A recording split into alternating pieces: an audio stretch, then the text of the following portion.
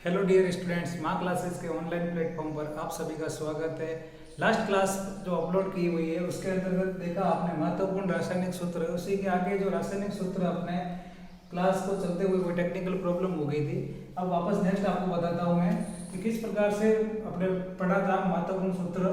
जो क्लास 6 से लगाकर 10 साइंस सब्जेक्ट जो पढ़ते हैं उसके अंतर्गत अपने को रासायनिक सूत्र पढ़ने पड़ते हैं। रासायनिक सूत्र के अंतर्गत अपने जल का सूत्र बताया था H2O, नमक का NaCl जिसको अपन सोडियम क्लोराइड बोलते हैं, और नेक्स्ट हो जाएगा चूना CaO कैल्शियम ऑक्साइड, ये बिना बुझा हुआ चूना होता है कैल्शियम ऑक्साइड, और संगमरमर CaCO3 जिसका फॉर्मूला होगा और इसको रासायनिक नाम बोलेंगे कैल्शियम कार्बोनेट, जिप्सम का होगा CaSO4 कैल्शियम का सल्फेट, और पीछे आ गया डाइहाइड्रेट। ठीक है, खाने का सोडा NaHCO3। यहाँ तक बात चल रही थी कि खाने का सोडा क्या होता है। खाने का सोडा का फॉर्मूला होता है NaHCO3। देखो NaHCO3, Na का मींस क्या होगा, सोडियम। आपने क्या पढ़ा, Na का मींस सोडियम, H का मतलब होता है हाइड्रोजन, और इसी हाइड्रोजन को क्या बोलते हैं, बाई, यानी सोडियम हाइड्रोजन कार्बोनेट बोलो या सोडियम बाइकार्बोनेट बोलो, बात सेम है। ठीक है, नेक्स्ट आपका होगा दावन सोडा। दावन सोडे में क्या है, धोने का सोडा, यानी जो कपड़े धोने का साबुन या डिटर्जेंट जो भी आता है उसका फॉर्मूला होगा Na2CO3, Na sodium 2CO3, Na2CO3 ये फॉर्मूला हो गया। आपको कैसे बनता है तो आपको पता चल जाएगा संयोजकता के हिसाब से। ठीक है, Na प्लस होता है CO3 माइनस 2 होता है, तो इसके बाद Na2CO3 बन गया। यहाँ पे क्या होता है, ध्यान रखने बात है, डॉट 10H2O होते हैं। यहाँ पे कितने जल के अणु होते हैं, 10H2O, तो बनता है सोडियम कार्बोनेट, साथ में 10H2 हो जाएगा। फिर नेक्स्ट है विरंजक सूर्ण। विरंजक सूर्ण किसका होता है, विरंजक सूर्ण CaOCl2। फिर है ग्लूकोज C6H12O6। ग्लूकोज में क्या हो जाएगा, C6H12O6। आप प्रकाश संश्लेषण की क्रिया देखते हो, प्रकाश संश्लेषण की क्रिया के अंतर्गत आप क्या देखते हो कि यहाँ पे CO2 प्लस H2O मिलकर आगे कार्बोहाइड्रेट कह सकते हैं, यहाँ पे इसको कह सकते हैं C6H12O6। फिर है POP, ये है प्लास्टर ऑफ पेरिस। क्या है, प्लास्टर ऑफ पेरिस।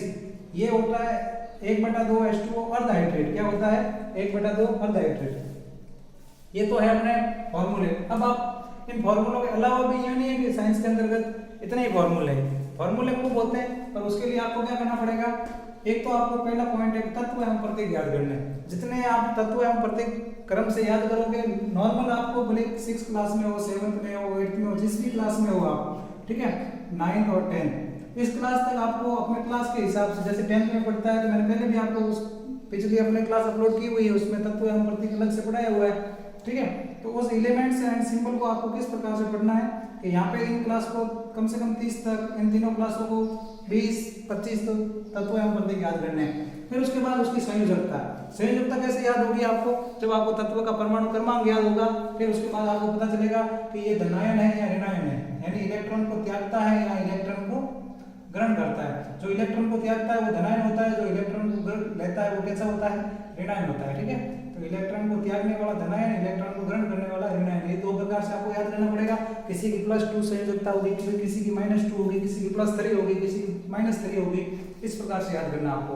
फिर है ये प्लस माइनस और +2 कौन सी संयोजकता याद हो जाएगी, जैसे अपने इस फॉर्मूले जितने पढ़े हैं उसके अलावा भी होता है, जैसे HCl। अब HCl किसका है, HCl है हाइड्रोजन क्लोराइड का। ठीक है, और ये क्या हो गया, sodium hydroxide NaOH, KOH, K का मतलब क्या होता है, पोटेशियम। अपने तत्व एवं प्रतीक पढ़े हुए हैं, कितना जल्दी याद होगा। K क्या है, पोटेशियम का, और हाइड्रोक्साइड हो गया। OH होता है, OH इसको कहते हैं हाइड्रोक्साइड। क्या कहते हैं, हाइड्रोक्साइड। ठीक है, हाइड्रोक्साइड। H2SO4 सल्फ्यूरिक अम्ल, ये सल्फ्यूरिक अम्ल का फॉर्मूला हो गया। इस प्रकार से MgOH हो गया मैग्नीशियम हाइड्रोक्साइड। ठीक है, आज की क्लास में अपने इंपोर्टेंट जो रासायनिक सूत्र थे, महत्वपूर्ण रासायनिक सूत्र अपने पढ़े ये 10। उसके अलावा भी आपको मैंने बताया किस प्रकार से आप 10, 20, 30 कितने भी रासायनिक सूत्र याद करोगे। जब आपको इस प्रकार से ये रासायनिक सूत्र याद हो जाएंगे, तत्व एवं प्रतीक याद हो जाएंगे, तो आपका जो आपके बुक के अंतर्गत साइंस की बुक में 6 से लगाकर 10 तक जितने भी चैप्टर होते हैं, यानी 3-3, 4-4 चैप्टर जितने भी केमिस्ट्री के रिलेटेड सब्जेक्ट होते हैं, जो चैप्टर होते हैं, वो आपके सरल हो जाएंगे। इसके बाद आप क्वेश्चन को अच्छे से कर सकते हो। ठीक है, माँ क्लासेस के साथ माँ क्लासेस के यूट्यूब चैनल के साथ जुड़े रहना।